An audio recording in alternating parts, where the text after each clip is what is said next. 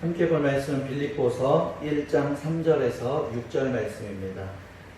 제가 봉독하겠습니다. 내가 너희를 생각할 때마다 나의 하나님께 감사하며 간구할 때마다 너희 무리를 위하여 기쁨으로 항상 간구함은 너희가 첫날부터 이제까지 복음을 위한 일에 참여하고 있기 때문이라. 너희 안에서 착한 일을 시작하신 이가 그리스도 예수의 날까지 이루실 줄을 우리는 확신하노라. 아멘.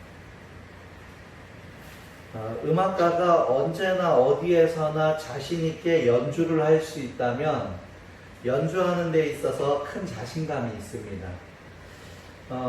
저희 집에 다이어리만 하더라도요, 악보 안 보고 칠 수 있는 곡은요, 피아노만 있으면 가서 앉아가지고요 연주를 합니다. 자신이 있는 거예요. 또 집에서는 심지어는요, 어떻게 하냐면요, 안대 있잖아요. 안대를 끼고 연주를 하더라고요. 자신이 할 수 있는 자신 있는 곡이 꼭 무기 같은 역할을 해주는 것입니다. 운동선수가 자신의 종목이 있는 곳에 가면 자신감이 있고 또 설명을 하면서 가르쳐 주면서 운동을 할 정도로 여유를 가지고 운동을 하죠. 왜 그렇습니까? 자신의 장점, 무기 같은 것이 있으니까 자신 있게 할 수 있고 또 여유가 있는 것입니다. 누구나 마찬가지입니다.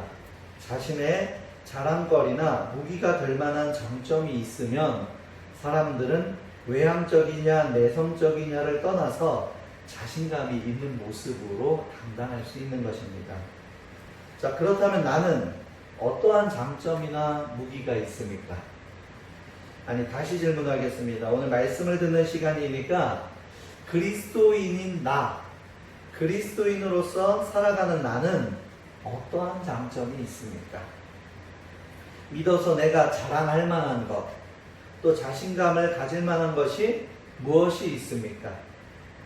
설마 없지는 않을 것입니다.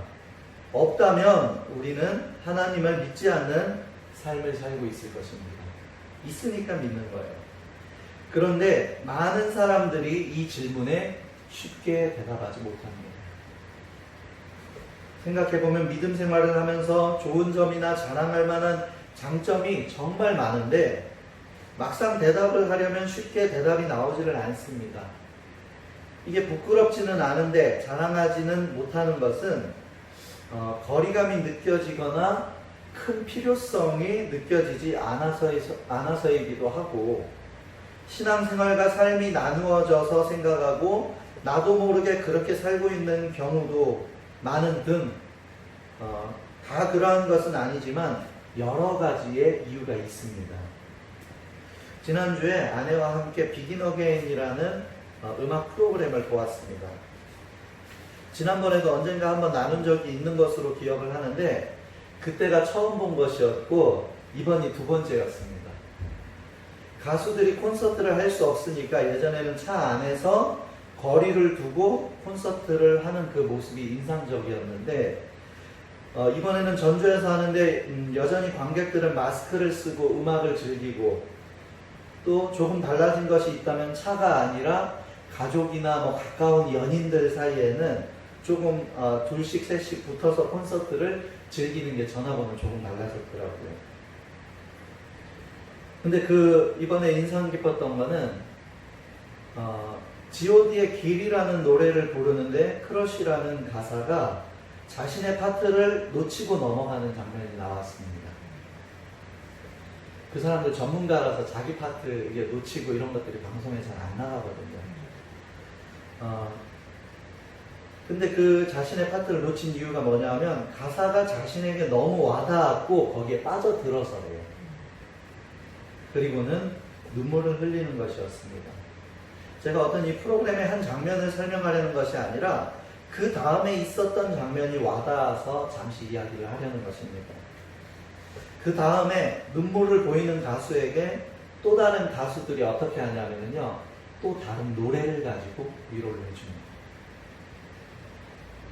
그 노래의 가사는 상황에 맞게 그 자리에서 그 가수에게 위로가 되는 가사를 딱 적절하게 짚어가지고요, 노래를 불러서 노래로 위로를 해주더라고요. 자신의 삶을 이야기하는 것도 음악으로, 자신의 감정을 표현하는 것도 음악으로, 다른 사람을 위로해 주는 것도 음악으로, 다른 사람에게 희망을 주는 것도 음악으로. 음악인 전부인 그들의 모습이 제게는 큰 도전이었습니다. 처음부터 끝까지 모두가 음악인 그 가수들의 모습을 보면서 감동이 된 것입니다. 물론 그것이 전부인 가수들에게, 그것이 자신들에게 장점이고 자신들의 무기였고 자신들의 말이고 자신들의 전부였던 것입니다. 이제 어떠한 이야기를 하게 될지는 대충 짐작이 되실 것입니다. 복음을 들은 우리, 인생의 처음은 복음으로 시작되지 않았어도, 복음의 시기를 접한 시기는 모두가 달랐어도, 우리가 복음을 들은 그 순간부터 우리에게 복음이 전부가 될 수는 없었던 것일까? 라는 생각들이 들기 시작하더라고요. 음악가들에게 음악이 전부이고, 운동선수들에게 운동이 전부이고, 요리가들에게 요리가 전부인 것처럼 내 영혼을 책임지시는 하나님이 전부이고 자신감이고 자랑일 수는 없는 것일까? 라는 그런 마음들이 들었습니다. 빌립보서는 빌립보 사람들에게, 빌립보의 교인들에게, 또 빌립보에 거해 있는 수많은 그런 사람들에게 감옥에 있는 바울이 편지한 기록입니다. 오늘 본문 말씀은 바울이 매번 그러했듯이 그들을 통해 감사하다고, 그들을 통해 기쁘다라고, 또 그리고 평안을 빌면서 축복을 하는 그러한 장면입니다. 오늘 읽은 빌립보서 1장 3절에서 6절까지 말씀이 바로 그러한 장면들이에요. 3절 말씀에 내가 너희를 생각할 때마다 나의 하나님께 감사하며, 4절에서 간구할 때마다 너희 무리를 위해서 기쁨으로 항상 간구하는 이유는, 이게 무슨 말입니까? 내가 너희를 생각할 때마다 내가 믿는 하나님께 내가 감사드리고, 내가 또 기도를 할 때마다 너희 무리를 위해서 기쁨으로 항상 기도하고 있는데 거기에는 이유가 있다, 이 말이에요. 그리고 5절에 그 이유가 나오죠. 너희가 첫날부터 이제까지 복음을 위한 일에 참여하고 있기 때문입니다.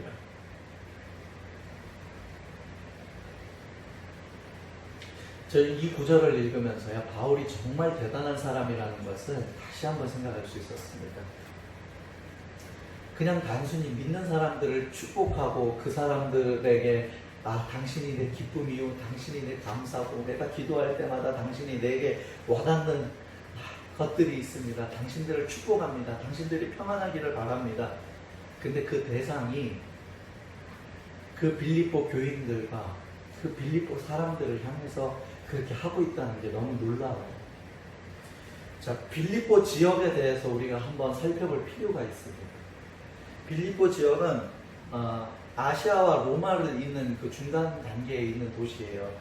로마의 식민 도시로서 퇴역한 로마 군인들의 안식처가 된 곳이 빌립보 지역입니다.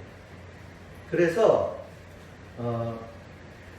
로마의 시민권이 있었던 사람들도 있지만 로마를 위해서 싸웠던 군인들이 그곳에 있었기 때문에 이후에 이곳 출신들의 사람들은 로마에 퇴역한 군인들이 아니었어도요, 이곳 출신들의 많은 사람들은 이후에 로마의 시민권자가 되는 특권을 누릴 수 있었습니다. 그러면은 시민권자가 누릴 수 있는 고유의 그 권한들을 똑같이 누릴 수 있는 그 지역의 사람들은 그 권한을 가지게 되는 거예요. 그러니 그 빌립보에 있는 사람들이요, 로마 시민권자를 포기하는 삶을 사는 그 바울이 있잖아요. 바울이 이해가 되지 않는 거예요. 근데 이러한 곳에 바울이 2차 전도 여행 때, 2차 선교 여행 때 그곳에서 매를 맞으면서 감옥에 갇히면서 그들에게 복음을 전했었죠. 고난과 열매가 있었기에 더 감사한 거예요, 바울은. 그리고 나서 그런 아무런 열매가 없었더라면 바울은 거기에서 또 표현하는 것이 어떻게 달라졌을지 모르겠습니다. 근데 열매가 있었단 말이에요. 그러니까 바울이 이렇게 표현하는 거예요. 내가 이렇게 너희를 생각할 때마다 하나님께 감사하고 너희를 위하여 기도할 때마다 내가 기쁨으로 하나님께 기도하는 이유는 그때 이후에 복음이 전해지고 열매를 맺은 그 첫날부터 이제까지 복음을 위해서 참여하는, 복음을 위한 일에 그들이 참여하는 자가 생겼고 그들이 지금까지도 참여하고 있다라는 소식을 바울이 들었기 때문이라는 거죠. 그러한 이들이 있음에 바울이 더 감사하다라는 것을 표현할 수 있는 것입니다. 그러니까 지금까지 힘을 내고 잘하고 있다는 것이에요. 그곳에 있는 그리스도인들이. 또 복음을 위해 참여하고 있다는 것입니다. 복음을 위한 일이 곧 힘이고 능력임을 바울은 잘 알고 있었습니다. 바울의 고백을 보면 우리가 알 수 있는데 바울이 뭐라고 고백합니까? 그러나 내게는 그리스도의 십자가 외에는 자랑할 것이 없다라고 하였습니다. 복음 외에는 자랑할 것이 없는데 바로 이 복음이 곧 자랑이고 힘이고 능력이라는 사실을 너무나도 바울은 잘 알고 있었던 것입니다. 그런데 그 복음을 위한 일에 참여하는 그리스도인들이 빌립보에도 존재하고 있었다라는 것이죠. 복음이 무엇입니까? 복음은 사전적 의미로는 복된 소식, 복된 소리입니다. 무엇이 복된 소식인지를 성경을 통하여 정리하면 죽을 수밖에 없었던 내가 예수 그리스도의 십자가로 살게 되었다라는 것, 이게 복된 소식이에요. 구약에서는 이 복음을 승리의 소식을 전하다라는 의미로 사용되었고 신약에서는 기쁜 소식을 전하다라는 뜻으로 사용되었습니다. 예수 그리스도의 십자가의 사건이 우리에게는 승리의 소식이고 기쁜 소식이 되었다는 것입니다. 물론 십자가에서 돌아가신 사건은 너무나 슬프고 가슴 아픈 일입니다.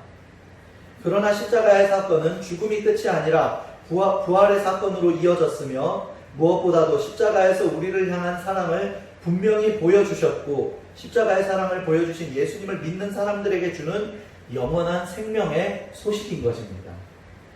그것이 복음입니다. 복음의 구체적인 내용과 발전 시기 등 학문으로 접근하면 복잡하고 어려워지지만 복음은 간결하고 쉽습니다. 그리고 무엇보다도 복음은 은혜입니다. 어렵고 복잡하게 내가 무엇인가를 해서 다 지켜내서 얻어내는 것이 아니라 나를 위해 이 땅에 오시고 십자가에 보신 예수님의 그 사랑을 믿고 부활하신 주님을 믿는 믿음, 그 믿음을 고백하면 그 고백을 보시고 영원한 생명을 우리에게 허락하시는 것입니다. 너무 기쁘고 너무 감사하고 너무 감동이 되는 것입니다.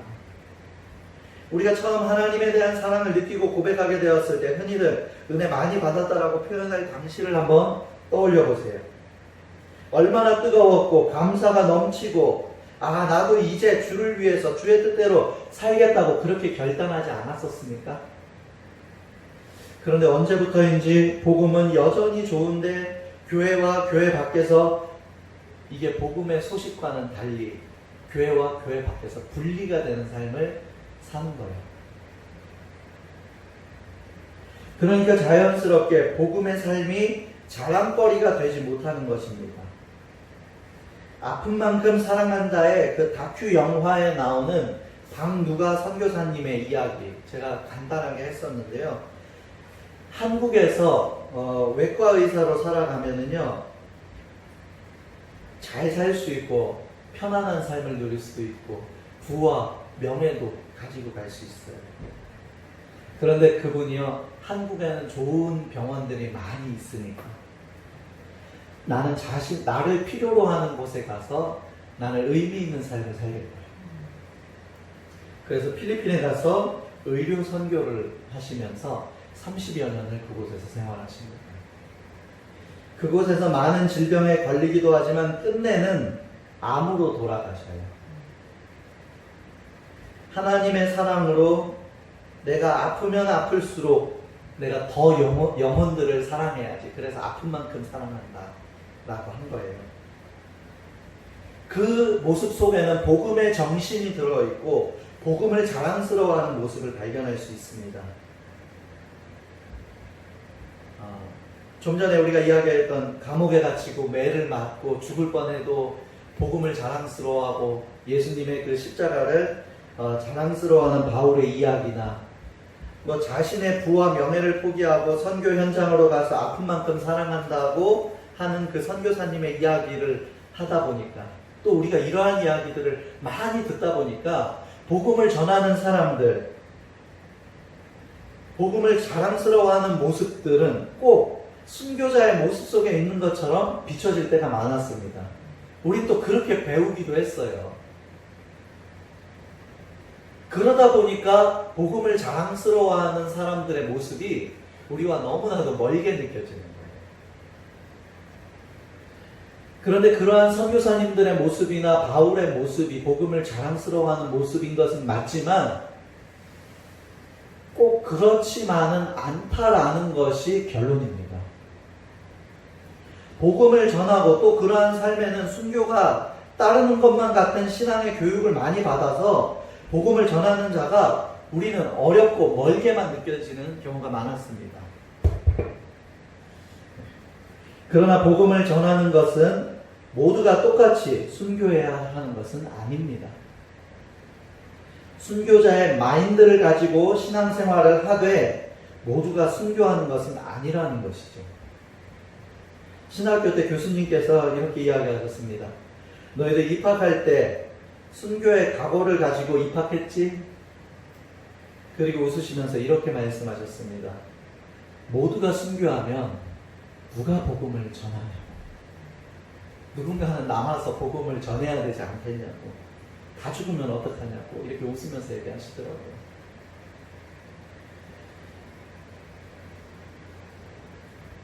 마음은 순교자의 마음을 가지되 하나님께 집중해서 듣고 순종하라고 그렇게 말씀하셨습니다. 계시록을 기록한 요한은 순교당하지 않았다고, 사명이 있는 것이라고, 순교자의 마음을 가지되 하나님께 민감하고 사명을 감당하는 목회자가 되었으면 좋겠다라고 말씀하셨습니다.